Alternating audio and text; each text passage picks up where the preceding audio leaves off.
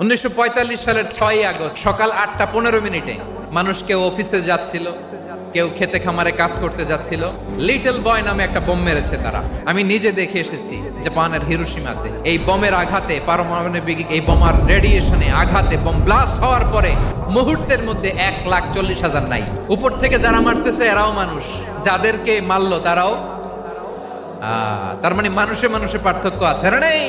একটা মানুষ পারেন এমন কিছু নাই। বিশ্বাস করতে হবে, মানুষ যা কল্পনা করতে পারে ওইটা মানুষ করে দেখাতে পারে।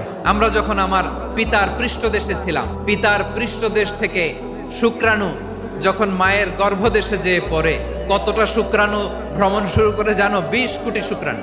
ওই 20 কোটি শুক্রাণুর মধ্য থেকে তুমি আমি আজকে এক বিকশিত শুক্রাণু মানব রূপে পৃথিবীতে এসেছি। সুবহানাল্লাহ। সেদিন আমি এত ছোট ছিলাম, মাইক্রোস্কোপ দিয়েও আমার অস্তিত্ব টের পাওয়া যায় না।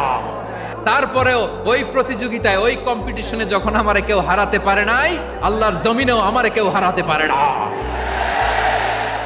হারার জন্য তোমার জন্মই হয় নাই, তুমি আসছোই জিতার জন্য। সুবহানাল্লাহ। একটা কথা জীবনের সাথে সেট করে নিতে হবে, আমি জিতি নয় শিখি, আমি কখনো হারি না।